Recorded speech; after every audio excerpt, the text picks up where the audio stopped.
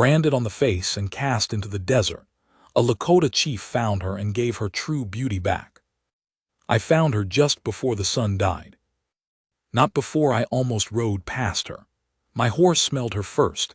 He shied left and I had to pull him back hard, and then I saw the shape of her in the shadow of a rock shelf, just a dark bundle at the base of it, crumpled the way a person goes when they've given up trying to stay upright.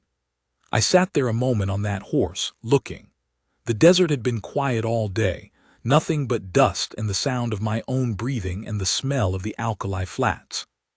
This was 2 miles south of where Elk River bends east, on ground no white settlement had come to yet. I knew this country. I'd ridden it for 30 years. I swung down. Her hands were the first thing I saw clearly. Both of them flat against the sand, palms up, fingers slightly open. The way a person holds their hands when they have nothing left to hold onto. Her dress had been good once, blue wool, well made, but something had dragged it through the rocks, and the sun had bleached it gray across the shoulders. One boot was missing. The exposed foot was cracked and dark from the hard ground. I knelt beside her and put 2 fingers to her throat, the way my grandfather taught me before I was old enough to hunt. Her pulse was there, weak, but there. She was alive. I turned her onto her back, and then I saw it. The mark on her face. It was on the left cheek, a burn scar, deliberate, the kind no accident makes. The shape of it was crude, 2 letters, but what they meant I could not say, only that someone had put it there on purpose and made sure it would stay. The skin around it had healed badly, tight and drawn. It had not been done recently. This was old work. I looked at it for a long time. Then I looked at the rest of her, at the bruise along her jaw that had gone yellow-green with age, at the cut above her eye that had healed over without being cleaned, at the cracked lips and the hollow cheeks.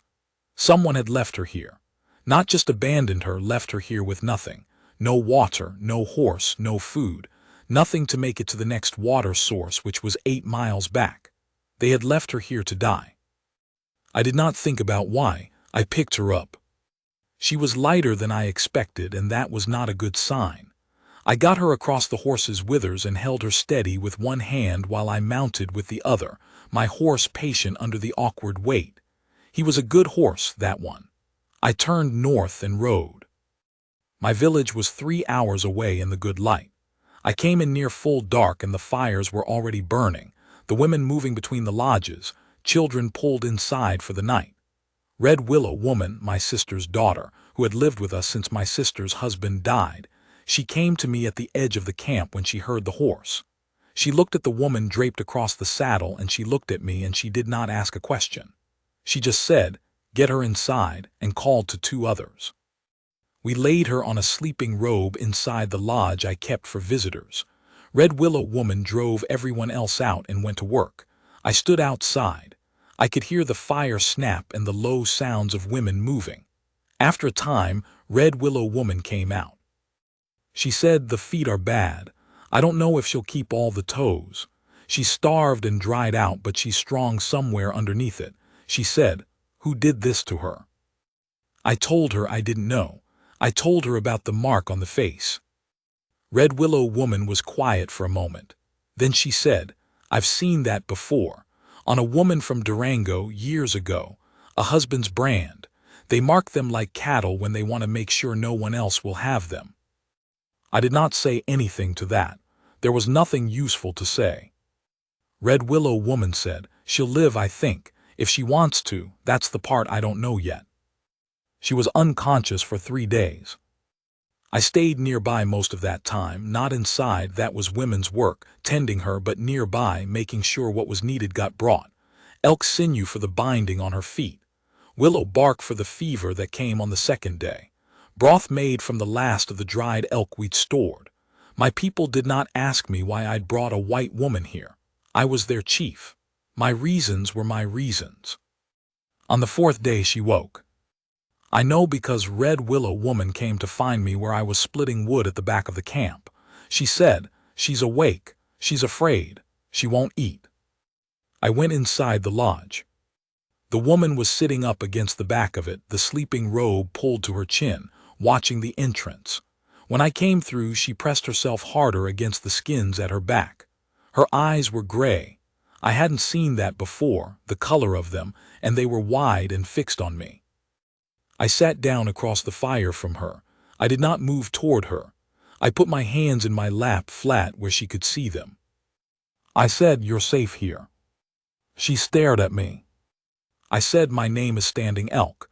This is my village. You are a guest here. No one will harm you." She said nothing for a long time. Then she said very low, "Why?" Just that. Not a question the way most people ask questions. More like she'd already used up her belief in good answers and was asking out of something else. Exhaustion, maybe, or just the need to hear what lie would come. I said, "Because you were dying in the desert and I found you. That's all." She looked at me, looked at my hands, looked at the fire. She said, "I need to go." I said, "Where?" She didn't answer that. I said, "Your feet are healing. In 2 weeks, maybe 3, you can walk well enough to go wherever you need to go. Until then, you stay." I got up and went back out. Behind me, I heard her start to eat. Her name was Clara. She told me that on the 6th day, when I brought firewood into the lodge myself because I had a question for Red Willow Woman that needed an excuse. She was sitting up, the robe off her shoulders now, her dark hair loose around her face. The mark on her cheek was full in the firelight.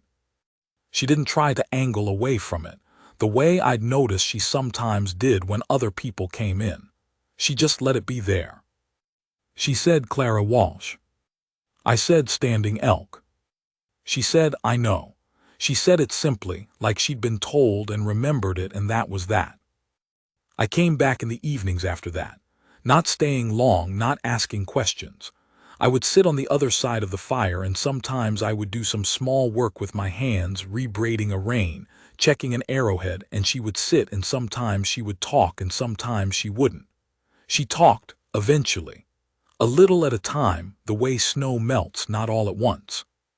Her husband was a landowner in the territory of New Mexico. Had been, she'd left. She tried to reach her brother in Colorado, who she said would take her in. She'd made it as far as the Rio Gordo crossing when she was caught. Her husband had come with 3 men. Her husband had said, "If you won't stay, you'll wear proof of it." She said this flatly, without drama, looking at the fire. She said the iron had been heated in the fire of the Rio Gordo way station, and that 2 of the 3 men had held her down. Then they left her in the desert with no horse and no water. Her husband had said, "Let's see how far you get." I sat and listened to all of it. I did not say anything except to answer when she paused and looked at me like I was supposed to. She was not telling me this to get my pity. I understood that. She was telling me because she had been carrying it alone and it had gotten too heavy. I held it with her for a while. That was all she needed. When she finished, she put her palms flat on her thighs and looked at the fire. I said, "Your husband, where does he go when he's not in New Mexico?" She glanced at me. I said, "I have a reason for asking." She said, "He winters in Santa Fe. His land is south of Taos." "Why?" I said, "I want to know who to watch for." She looked at me for a long moment.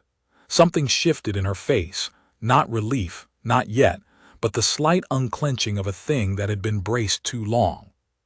She said, "You do that." I said, "You're a guest here. I don't let harm come to my guests." She looked back at the fire. I thought she might say something. She didn't. But when I left that night, she was holding herself a little differently, shoulders down, spine a degree less rigid. Something had unlocked. My people watched. They were not hostile to her. My people had more reason than most to distrust white settlers, and we'd had enough trouble with the territory men and the ranchers pushing north. But they watched, and they judged, and slowly, because they'd seen me bring her in, seen how I'd gone about the weeks that followed, they made their peace with her being there. The children were the first. They always are. A boy named Crow Foot, 7 years old and missing a front tooth, started leaving things at the lodge entrance, a feather once, a smooth river stone. He pretended he didn't know she saw him doing it. She pretended she didn't see him. It was a game they played, and they were both very serious about it. Red Willow Woman began teaching her, wordlessly mostly, the way women here teach, by doing and showing, not by explaining. Clara learned. She was not one of these white women who thought learning meant being told. She watched and she did. 3 weeks in, her feet had healed enough. She moved around the camp, helped where she could, did not get in the way when she should stay out. She had good instincts for when to be useful and when to be invisible. I appreciated that. I watched her with the mark on her face. She never covered it. I think she had decided somewhere in the desert that she was done hiding it. Sometimes people stared, a traveler coming through, a man from the Crow band who stopped to trade, and she would look back at them until they looked away. She had a particular quality of stillness when she did that. Not defiance, exactly. More like, I am not going to help you be comfortable with your cruelty. I respected that. There was a night about a month in when I came back late from a scouting ride. One of my younger men had thought he saw territory surveyors 2 ridges east, the kind that come before the settlements come, and I'd gone to look. It was nothing, as it turned out. Antelope. But I came back cold and trail stiff, and the camp was quiet, the fires low, and I went to my own lodge and she was there. Not where she should have been. She should have been in the guest lodge still. But she was in mine, sitting by the fire, and when I came in she stood up and I saw she had my extra blanket in her arms, folded. She said, Red Willow Woman said you might come back cold. She said to bring this. I looked at her. She said, I think Red Willow Woman might be matchmaking. There was the edge of something in her voice, not quite a laugh but near it. I said, Red Willow Woman always matchmakes. She's been trying to marry me off for 6 years. Clara said, has she succeeded? I said, not yet. She put the folded blanket down on the sleeping robe, and then she didn't move toward the door the way I thought she might. She stood there and she looked at me across the fire, and I could see the mark on her cheek clearly in the light, and I thought about that husband of hers, about what he'd done and why he'd done it. And I thought about the kind of man who would put a brand on a woman's face and leave her in the desert. And I thought, he wanted to make sure she'd carry his name on her face forever. He wanted to ruin her. He wanted every person who ever looked at her to see his mark, and know she'd tried to leave and been punished for it. I looked at her. She said, what are you thinking? I said, I'm thinking that mark on your face is not what he wanted it to be. She was very still. I said, he put it there to make you ugly, to make you his forever. He wanted it to be a wound that never healed. But you've been walking around this camp for a month, and every person here sees you, and what they see is not a ruined woman. They see a woman who survived what would have killed most people and walked back into the world anyway. My people respect that. They respect it considerably. She looked at the fire. She said, very quietly, I used to have a looking glass. I threw it away before I'd crossed into the Colorado territory. I haven't looked at my own face since the way station. I said, I know. She said, is it? She stopped. Started again. She said, does it look? She stopped again. I said, it looks like you. She looked up at me. I said, the woman who has it on her face, that's what it looks like. It looks like Clara Walsh, who rode alone for 300 miles and lay down in the desert because she had no more miles left and then got up again when someone found her. That's what I see when I look at it. She didn't say anything for a long time. The fire popped. Outside the wind was coming up, rattling the lodge cover. Then she did something I did not expect. She crossed the fire, not quick, not rushing, but deliberate, the way she did everything, and she sat down beside me. Not close, but beside me so that her shoulder was near my arm, and she leaned her head slightly toward me and she said, thank you. Not for the blanket, not for finding her in the desert, not for any one thing, just thank you. I sat very still. I could feel the warmth of her near me. I did not move toward her and I did not move away. I just let it be what it was. After a while I said, "You don't have to go to your brother in Colorado if you don't want to." She said, "I know." She didn't go back to the guest lodge that night. She stayed by my fire, and in the morning when Red Willow Woman brought food, she looked at both of us sitting there, and she said absolutely nothing, and her expression was the expression of a woman who has been matchmaking for 6 years and has finally won. Her husband came in February. I knew he would eventually. Men like that don't let go, not because they love what they're holding, but because they can't stand not owning it. He came with 2 men, the same kind of men he'd brought before: hired muscle, trail dust, the smell of whiskey that doesn't leave the coat no matter how cold it gets. They rode into the camp on a Thursday morning when the snow was 6 inches on the ground, and the sky was the color of old iron. I was waiting for them. I'd been watching the South Ridge for 3 weeks. I have a young man, Spotted Dog, who is good at being invisible, and he'd been tracking a rider who'd been asking questions in the settlement south of us, asking about a white woman with a mark on her face, asking about Standing Elk's camp. I knew. I stood at the edge of camp when they came in, and I had 4 men behind me, and we stood in the snow and we watched them ride up. Her husband was a big man, red-faced, with the kind of size that used to mean power when he was young and now just meant he took up space. He looked at me. He looked at the camp. He looked for her. He said, "I'm looking for a woman. My wife goes by Clara Walsh." I said, "I know who you're looking for." He said, "Then you know I've come to take her back." I said, "No." He said, "She's my wife, legally, by law and by God and by the territory." I said, "She's not going with you." He looked at me for a long moment. His 2 men shifted. One of them had his hand near his gun. I looked at that hand, and then I looked at the man's face, and he moved the hand away. Her husband said, "I don't think you understand how this works, Chief. She's a white woman. That makes this a white matter. You don't have." I said, "She came to my camp. She is my guest. She is under my protection. The men who are with me are good men, and they are not interested in trouble, but they are not afraid of it either." He looked at the men behind me. He did the counting that men do when they are deciding whether their pride is worth the blood. There were 4 of us. There were 3 of them, and he could see from how my men stood that the number didn't matter to them. His face did the thing faces do. When a man realizes he has no play left that doesn't cost him more than he wants to pay. He said, "She'll come back on her own. She'll get tired of this. She'll come back."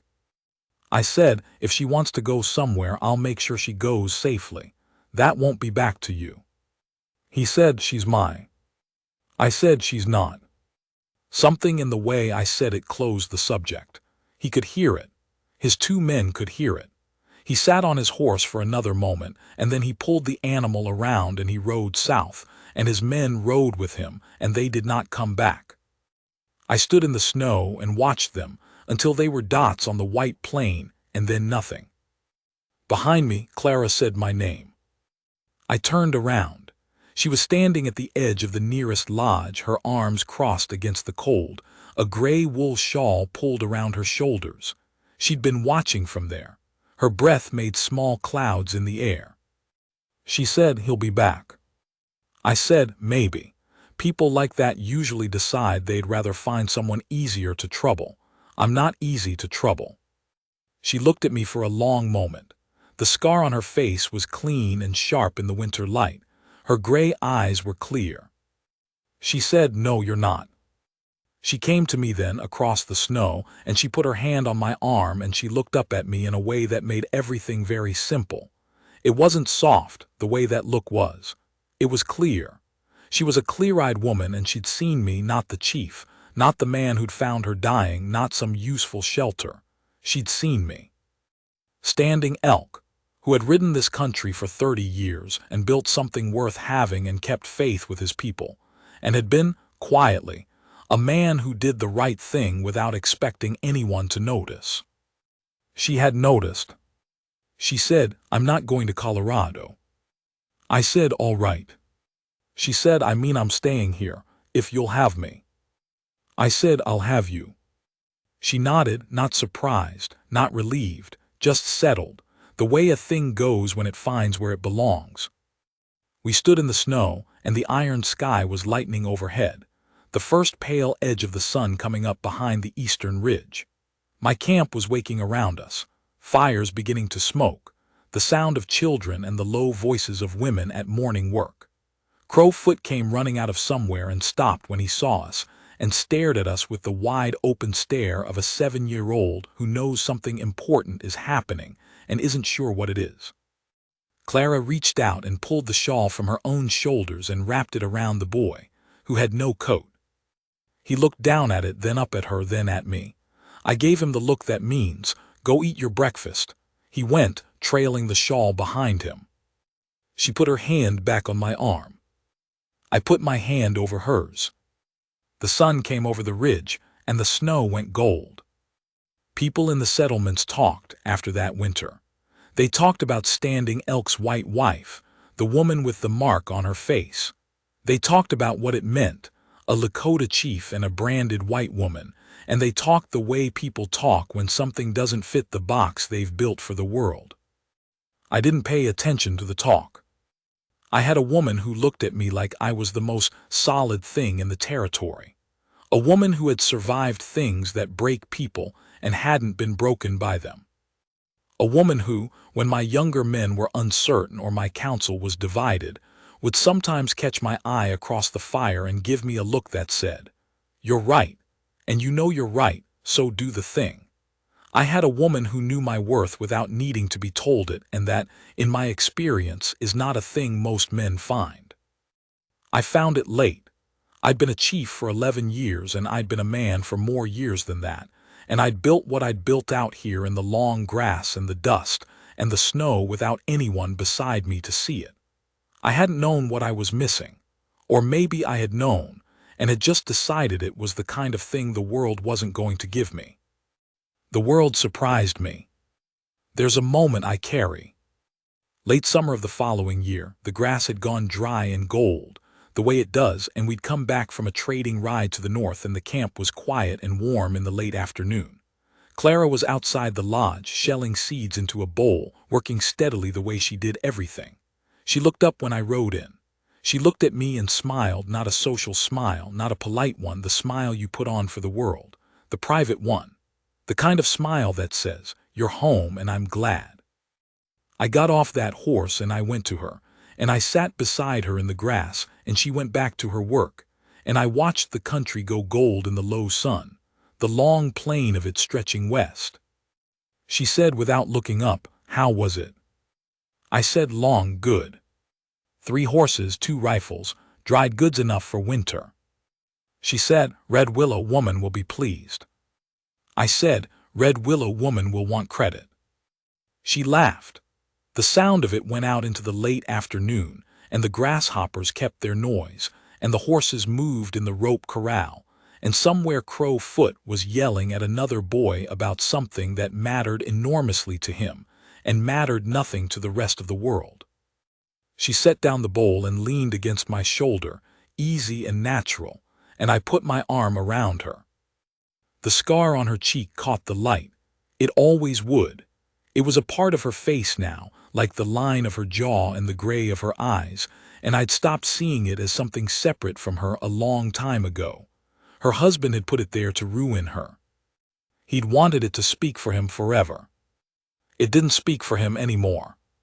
She looked up at me and I looked back at her, and whatever that mark said now, if it said anything, it said, she lived through it. She found her way out of the desert.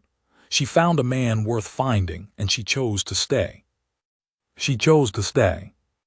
I don't know what I thought my life would look like when I was young and building this place out of nothing. I don't know that I thought about it much. You put one stone on another. You make the decisions that keep people safe. You ride the country you're responsible for, and you do the work. You don't sit around thinking about what you deserve. But I'll say this. There's a particular thing it does to a man, a quiet, deep thing, when a good woman looks at him with the look that says she has seen all of him and measured all of him and found him worth staying for. Not out of need, not because she had nowhere else to go, because she looked and she decided, this one, this man, this is where I am. That's what Clara gave me. Not rescue, not fixing, not tending. She gave me the clean, clear fact of her choosing, and she chose well, and she knew she chose well, and she let me know she knew it. The sun went low.